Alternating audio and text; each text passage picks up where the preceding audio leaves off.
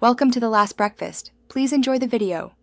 In this video, I will show how to make tuna chunks, easy method. Cut tuna into uniform 1-to-1. 5-inch chunks, dry them well, and season with salt, pepper, and a squeeze of lemon. Heat a skillet on medium-high, add oil, and sear chunks 1 to 2 minutes per side for medium rare. Let rest briefly, then serve warm or chilled in salads or sandwiches with your favorite dressing. Enjoy simple, flavorful tuna every time. I'll explain easy seasoning choices that complement tuna without masking its natural flavor. Light salt and pepper create a great base, while lemon or garlic adds brightness. For an umami boost, a quick brush of soy or sesame works well, but avoid long marinades. Keep flavors balanced so the tuna remains the star. These small choices make a big difference in texture and overall taste when serving. I will help you cook tuna chunks reliably every time with practical timing and storage tips.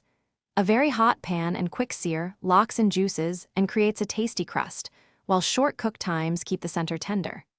Cool cooked pieces quickly and refrigerate in an airtight container. Consume within 3 days for best quality.